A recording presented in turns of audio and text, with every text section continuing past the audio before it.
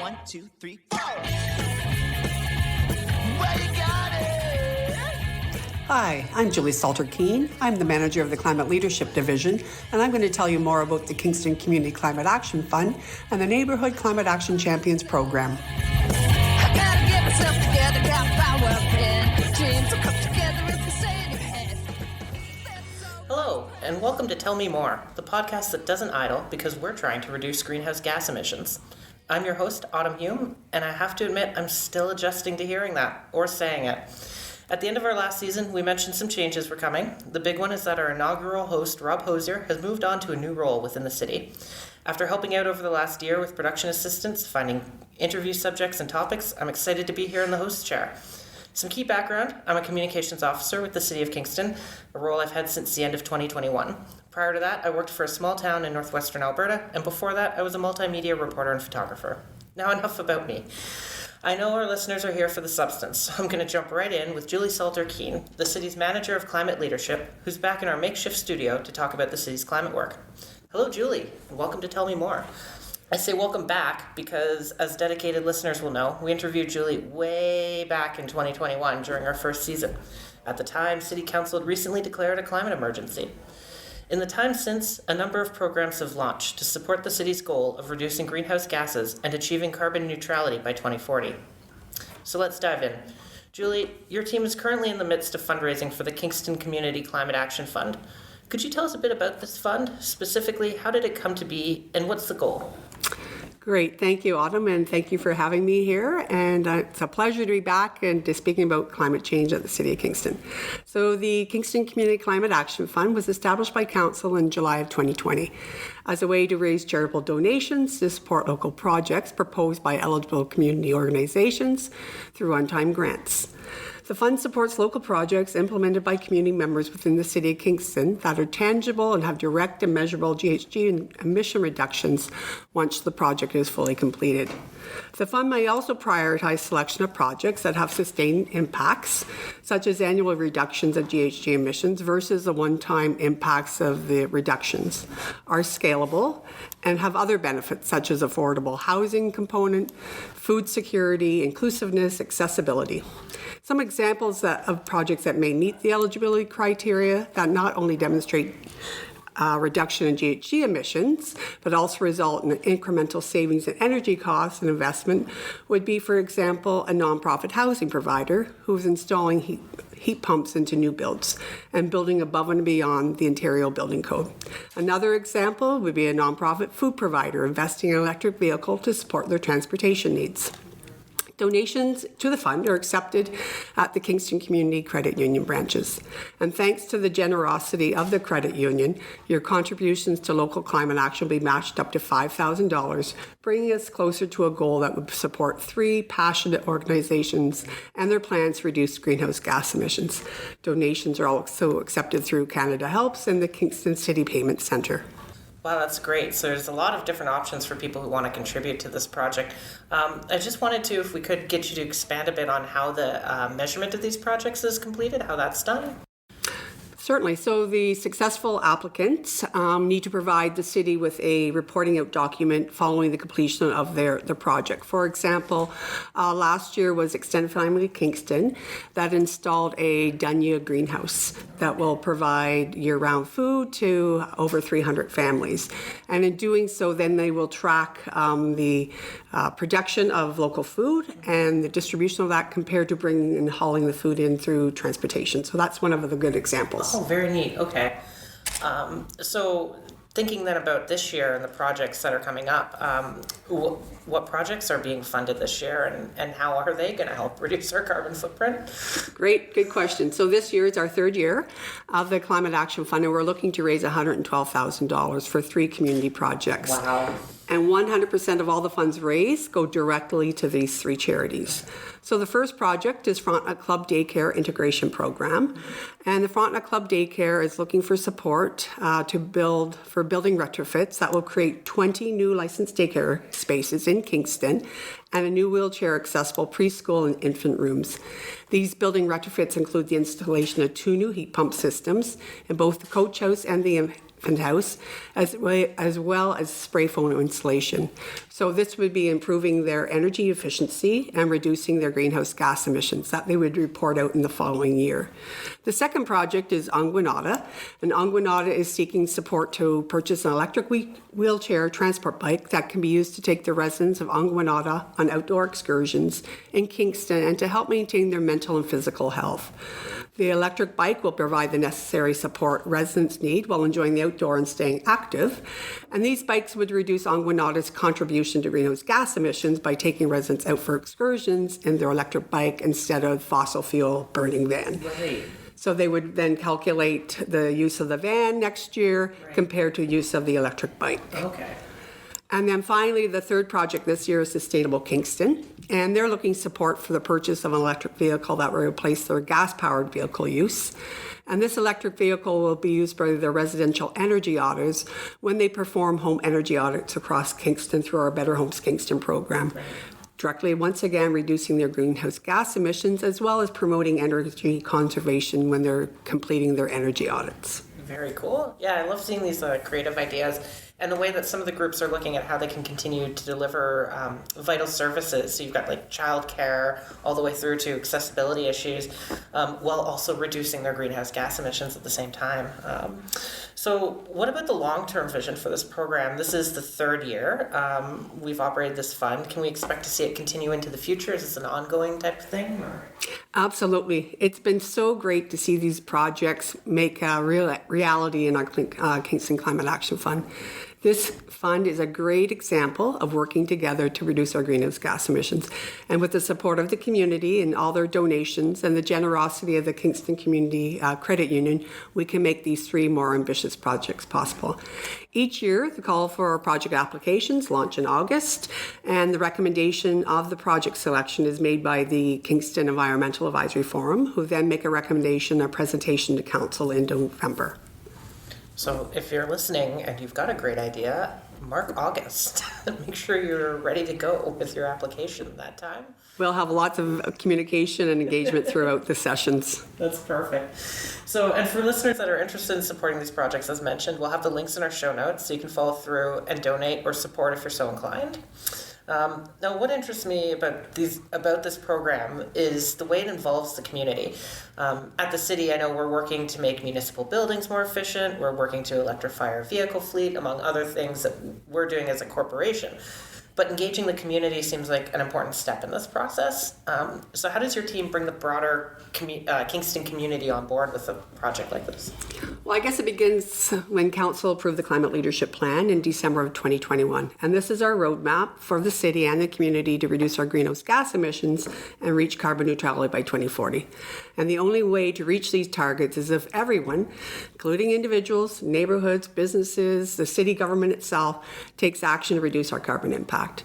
And while the city provides information and tips on how to take action on climate change, behavior change is more likely to happen if the message comes from your neighbor or a friend. True.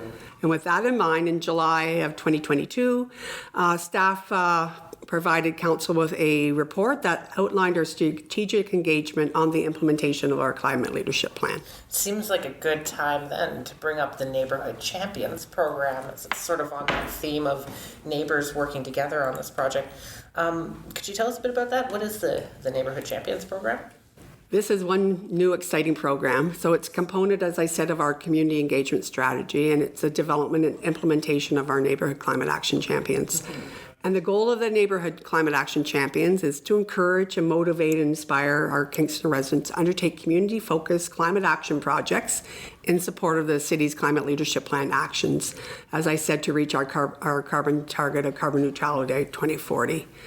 The Neighbourhood Climate Action Champions will advance the community-oriented actions that are identified in our Climate Leadership Plan by empowering residents to take action on climate change. And with the assistance from the city, the residents will be more inclined to take action knowing they have the support of project management and community outreach. And each of the projects will have funding of up to $2,000 available through the Neighbourhood Climate Action Champion program upon entering into a funding agreement with the city. So this is a new program this year. What's the uptake been like? It's certainly a new program. We launched in the fall of 2022, and I have to say, Autumn, the enthusiasm and the interest in the program was so fantastic. So great to hear. We received over 25 applications from individuals wanting to assist in the implementation of the Climate Leadership Plan. Oh, wonderful. 15 champions have been selected, including one champion from each of the city's 12 districts. And the first meeting of the Neighbourhood Climate Action Champions took place in December, and we'll be meeting with them again in the next couple of weeks to assist them with some training and selecting their project to implement over the next year. Right. So I know we're still sort of finalizing which projects are going to take place through this, but are you able to talk about some of the applications we received or some of the projects that are being pitched for this year? Great ideas were put forth by the Neighbourhood Climate Action Champions when they submitted their applications. We couldn't believe the ideas that came forth. And currently we're working with one of the Neighbourhood Climate Action Champions to launch a Sustainability Hub.